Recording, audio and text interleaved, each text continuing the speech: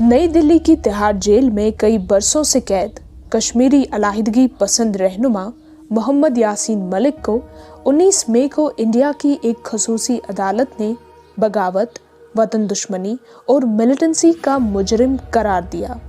वाजिया रहे कि गुज़श्ता बरस वीडियो कॉन्फ्रेंसिंग के जरिए होने वाली एक समाअत के दौरान यासीन मलिक ने किसी भी वकील की मदद लेने से इनकार किया था।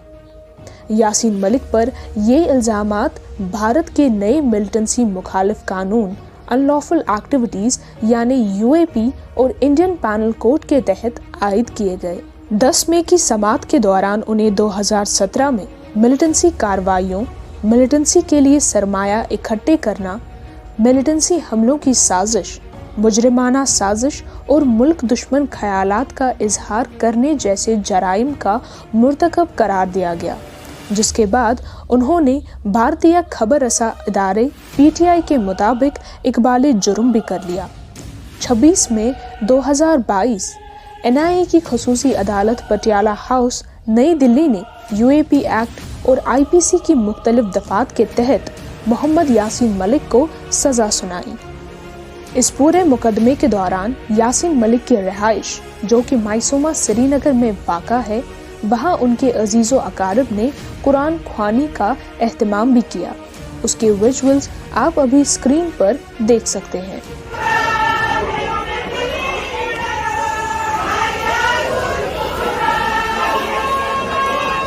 जिन दफात के तहत सजा सुनाई गई वो कुछ इस तरह है।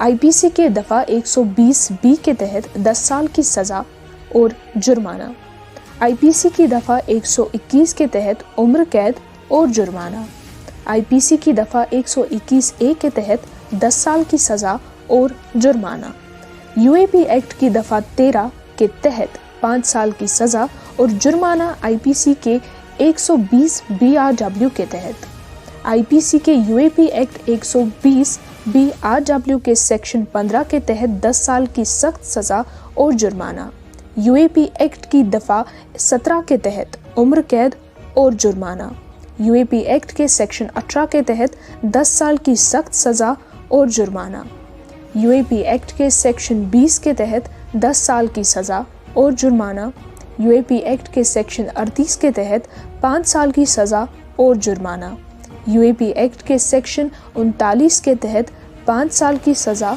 और जुर्माना। ये सज़ा सुनाने के बाद माइसोमा इलाके में नारेबाजी भी देखने को मिली, जिसे पुलिस ने वक्त रहते ही काबू कर लिया। ये मुकदमा जमातुद दावा के अमीर हाफिज सईद और हुर्रियत कॉन्फ्रेंस के अरकान समेत अलहदगी पसंद और अलहदगी पसंद रहनुमाओं की साजिश से मुतल्लिक था। एनआईए ने 30 मई 2017 को मुकदमा दर्ज किया था।